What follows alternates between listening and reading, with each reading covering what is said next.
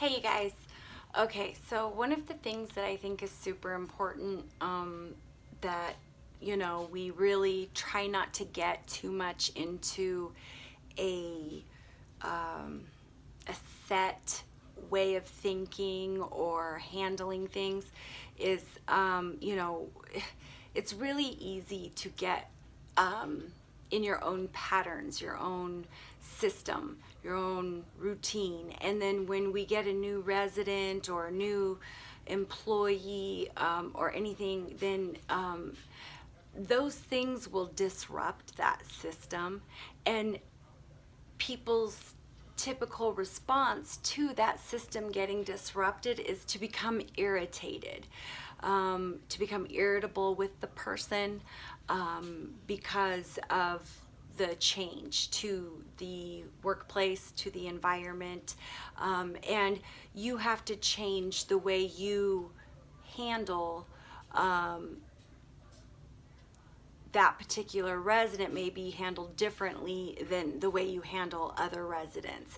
And it can feel frustrating in the beginning. It can be challenging to try to work this new person into the system that you currently have. It's going to disrupt it. It's going to throw things off kilter, and you've got to find a new balance.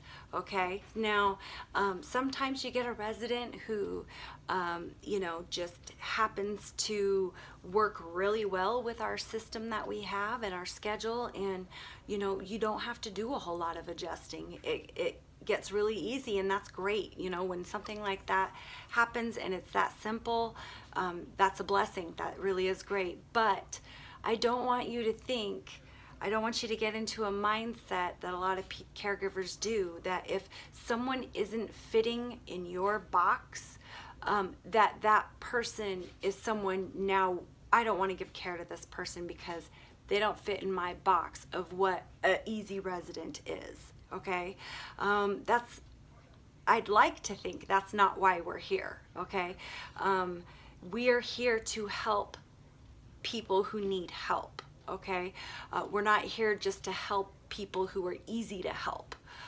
Sometimes people are more challenging, but I have found that a lot of times the residents that you initially really struggle with finding a good balance with their care or their behavior, those ones end up being ones that you truly learn from. They help you grow and become a better person. They challenge you, and you can either fight that, that those feelings of frustration and anger and let it open your mind a little more to different ways to help people, different approaches to handling residents. You can really learn quite a bit from some. They really help you gain more knowledge and experience in this line of work. Or there's some, who are really easy to care for, and, that's always nice, but, don't give try not to give a knee-jerk reaction to every new resident because they're not fitting, what you think they should be doing, or how you think they should be behaving. You know what I'm saying? You really want to try to keep a more open mind. And some are going to be really difficult in the beginning. And that's what this video is, I'm making this video for, is for you to consider a few ideas, some different things that I've learned over the years and the difficult residents that I've had, different things that have helped and worked. You may get some residents though that everything you've tried in the past just isn't working for them, and you have to try to come up with a whole new thought process, a whole new plan on finding activities and ways to stimulate the resident, ways to help them stay occupied and busy so that they're not resorting to difficult behaviors or challenging challenging issues with their care. So a few ideas that I have found that are really helpful. And there's a few new things that I've done recently for one of our more challenging residents, especially with our newer caregivers who maybe haven't had a whole lot of experience with Alzheimer's patients. You deal with more behaviors when it comes to Alzheimer's than just a typical dementia diagnosis. With Alzheimer's, you often see residents who are more suspicious, residents who are a little bit more paranoid, residents who don't believe what you say, they don't trust you. They oftentimes can become aggressive and resistive to simple things like taking a pill or helping them change or take a shower. They become a lot more aggressive or resistive to those tasks, and you have to try to find ways to gain their cooperation, you know, because obviously we got to try to get these people showers so they're clean. We've got to try to get these residents to cooperate with their care and their medications. So, you know, different approaches are very frequently going to be needed when you're dealing with these more challenging behaviors. One of the other things that you want to keep in mind is that with Alzheimer's, being a bossy, trying to take an authoritative role with getting them to take medications or do a task that you need them to do, that's not going to get you anywhere with Alzheimer's. Just so you know, they don't care who you are or how important you think you are. If they don't want to do it, they're not going to do it. So we got to try to find ways to make them want to do it, rather than trying to, you know, take an authoritative role and, oh, you need to take your medicine, the doctor said so. They're going to say, well, beat the doctor, I don't care, I'm not taking it. So you want to try to find different approaches. One of the approaches that I find works best is being their friend.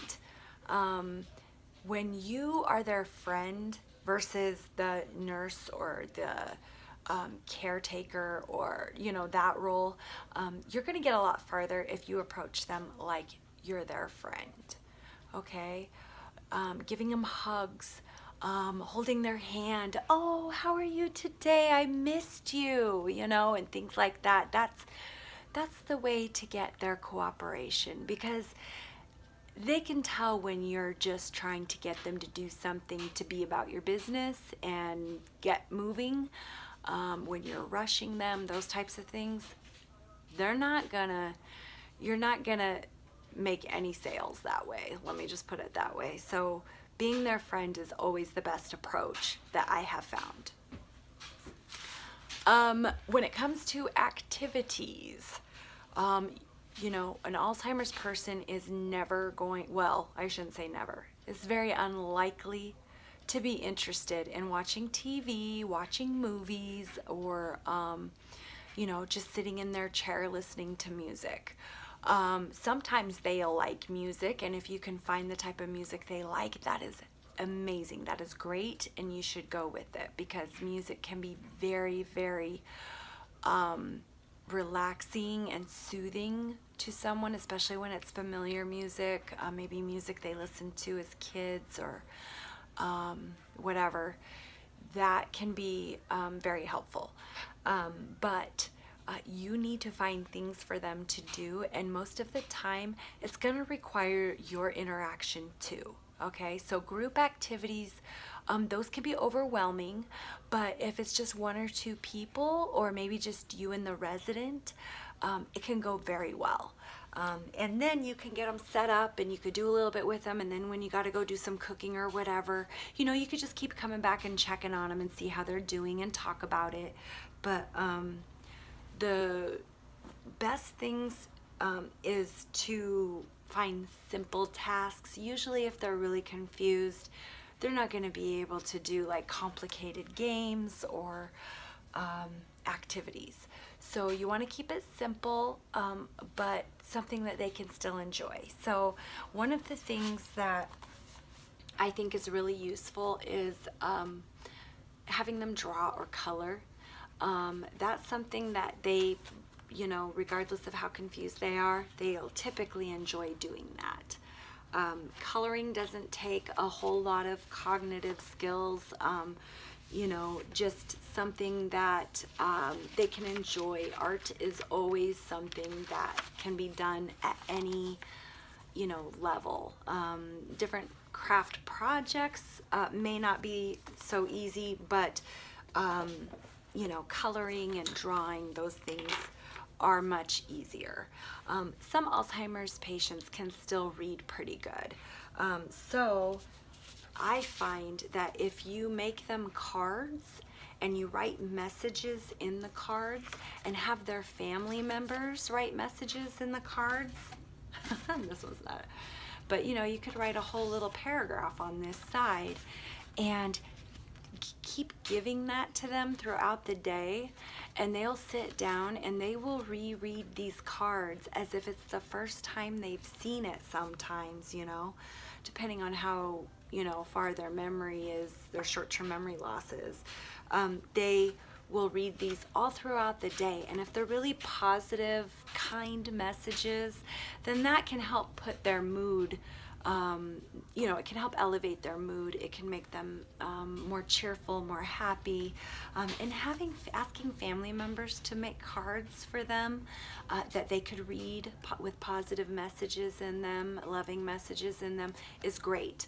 So try to organize that when you can. Ask family members, hey, while you're here, do you mind filling out this card for you know, for Cindy? We need some positive messages for Cindy to read throughout the day. So if you could leave her a message, that'd be great. And families are happy to do that kind of stuff. So you, the other caregivers, the family can make these cards, and that will keep them occupied for a long time because they'll keep reading them over and over again.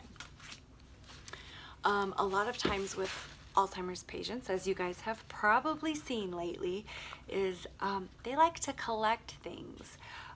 And oftentimes they believe what they are collecting is theirs. So trying to take something from someone with Alzheimer's is not a good idea because they truly believe you are trying to steal their thing. Okay, so it doesn't matter.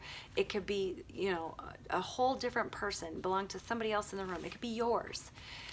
They don't believe it is. They believe it's theirs. So trying to take it is not going to get you anywhere but a really bad experience. You will want to wait until they're distracted, and if it's something you need back, I would do it that way. Wait till they're distracted, give them something else, and then you can get your item back, or whoever's item it is, you can get it back when they're not paying attention. And they won't even realize it's missing. So it won't cause any problems. But doing it that way is a way better idea than trying to take it with them watching or seeing, because they really believe you're stealing their belongings. And that can be very upsetting for them. And it could lead to aggressive behavior if you do that. So try to avoid doing that whenever you can. The other thing is that some just like to fidget and mess with things. So sometimes just giving them, you know, a small pile of washcloths, and, you know, you could just be like, you know, oh, Cindy, I have all this laundry to fold. I could really use some help. Do you mind helping me with these washcloths? And most of the time, they're so happy to help. Like, they love feeling useful, just like all of us. So, you know, you can give them those washcloths and they'll be like, oh, sure, you know, I'll help. And, you know, they might not, they could end up just on one washcloth, you know, messing with, like, you know, I have some who just like to pick and fold and flip and turn, and they will keep them busy for a really long time. And then some may just fold it and it'll keep them busy for only a few minutes. and you may have to go get another load for them. The other thing is pretty much any types of, coloring pencils, crayons for writing and drawing. You just want to make sure they have the appropriate things to draw on. Stickers are great. A lot of times they don't even take them and put them on things. A lot of times they're just looking at them, the different pictures, letters, flowers, hearts, whatever. Words, all those kind of stickers, arts and craftsy things, they'll just a lot of times go through them, stack them, organize them, put them in their little cubbies and bins, and then what you want to do is once they're in bed for the night or in their room distracted or maybe eating at the table, you'd go in their room or to their stuff and you'd pull out those things so that you can reuse them, because they'll keep them in those drawers, and you'll never see them again. So you'll want to bring them back out so that the next day they can reuse those things. Puzzles, as long as they're not too complicated and have a lot of color, they can be really beneficial for sitting down with the person and working on the puzzle pieces. It really does need to be simple and big pieces, because they will get frustrated if it's too difficult of a puzzle, and then they're not going to enjoy themselves. So you want to make it easy enough that they can, feel like they're making progress. That'll be important. The other thing is magazines, newspapers, books with pictures. I got a bird book that's got these bright, colorful pictures on it, and they really love it. And not just the Alzheimer's residents, really all of them will enjoy looking at the bird books. I got one that's kittens. There's another one I want to get that's dogs. That's really cute. But they'll look at them over and over again. They really enjoy looking at the animals. So feel free to, sit down and look at the books with them. A lot of times they just want your company. And I know it can be challenging because you've got so much to do. You're helping all the residents. They each have to, make bathroom trips. They each have medications. They all need to be fed. Different ones need, shots or pills or eye drops at different times. And you're trying to keep the house clean. You're trying to make sure they get their meds, their bathroom trips. We've got one who smokes that you got to take out all the time. So I know it can get hectic, and it's really hard to be able to spend a lot of time just sitting with one individual resident.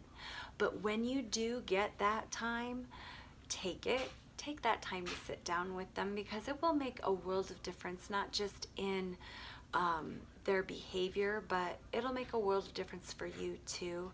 It can be really beneficial to the caregiver to take that time to sit down and visit with them, because it helps your bonding with them. And sometimes, you guys just need to sit down and take a break, even when you feel like you got a million things to do. Sometimes you just need to sit down with them, rest for a minute, visit, look at pictures together, and, spend that quality time. It will make a big difference for the resident. So when you can, please do. The other thing is that you can make copies. So coloring book pictures that you might find online or something, you can print those, and they can color those too. Helping in the kitchen. A lot of times they like to help with washing or rinsing dishes. They like to maybe help with the baking, or put the salad together for you, as long as you're not having them do anything dangerous like slicing things and whatnot, then there's no reason why you can't let them help you in the kitchen. You just want to make sure that they wash their hands and use soap and those kinds of things, and then they can help you with the smaller tasks. Sometimes they just want to sit in a chair and watch you do it. They'll just sit and visit with you while you're walking around the kitchen doing stuff. I had Myrna sit down in the computer chair right over here by the counter, and I was doing all the cooking, but we were talking while I was doing it and laughing, and she was enjoying herself, and I didn't have to worry about anybody trying to leave or go out the front door because she was bored. She was very entertained just visiting and laughing with me while we're cooking or while I'm cooking. So, it's about just keeping them stimulated. As long as they're stimulated, then you're not going to have those behavior issues. Now, sometimes the behavior issues are unavoidable. They're going to happen. There's nothing you can do about it. Just sometimes it happens. And you just got to do your best to stay calm, because residents can feel your stress, okay? When you're agitated, they can tell. When you're in a bad mood, they can tell. When you're being short with them, they can tell, okay? They may be confused, but they can tell when someone is not being kind, okay? So you really got to make sure that you're taking a step back, that you're breathing. Okay, what's our plan of attack? How are we going to handle this? And the more calm you are, the calmer they're going to get when you're trying to help them. If you start getting agitated or your tone starts escalating when you're trying to calm them down, it's going to make them escalate too. So just be aware of yourself and what you're putting out. Because if you're putting out negative, you're going to get negative back. If you're putting out positive, you're going to get positive back. Sometimes it just takes a little time for it to come back, but it will. So keep those things in mind. Getting them a cup of tea, taking them back to their room, showing them that that's where their belongings are, so that they know they're where they're supposed to be. That will help. Sometimes they think, oh, I've got to get home. And you're like, well, this is where your home is right now.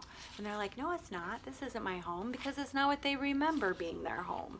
So when you take them back to their room, you can reorient them to, oh, remember you came and here's your blanket that your mom made you, and here's pictures of your family, here's your clothes. So you're staying with us right now, and we're your home. So, that can be a little bit more reassuring to them. Also, food. Sometimes they just need a snack. Sometimes they might just need something to drink. A cup of coffee or a cup of tea and some conversation is sometimes all they need to calm down or to forget that they don't want to leave, So just try different tactics, and really, really seriously, let people know in your notes what worked well for you, because other people may not be trying the same things as you, and the things they're trying may not be working. So when something does work, let everybody else know so that they can try using those tactics too, and it might help their shifts go better. Whenever we're successful with something, we want to share it with everyone so that everyone can be successful.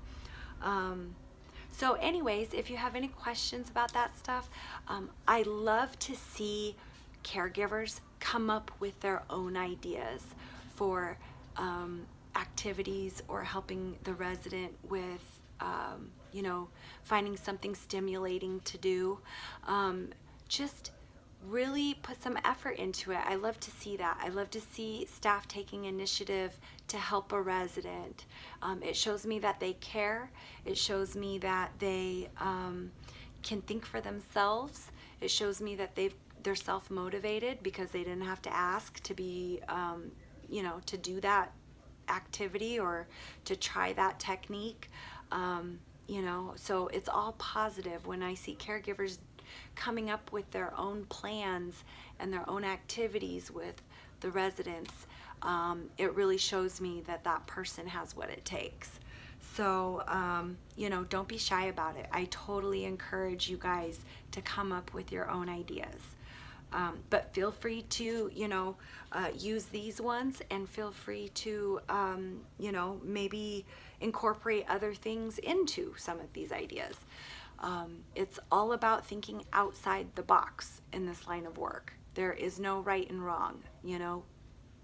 So just let me know what you got. Show us what you've got when it comes to ideas and helping our residents. Anyways, if you guys have other questions or if you have your own ideas, share them, please. Okay, talk to you later. Bye.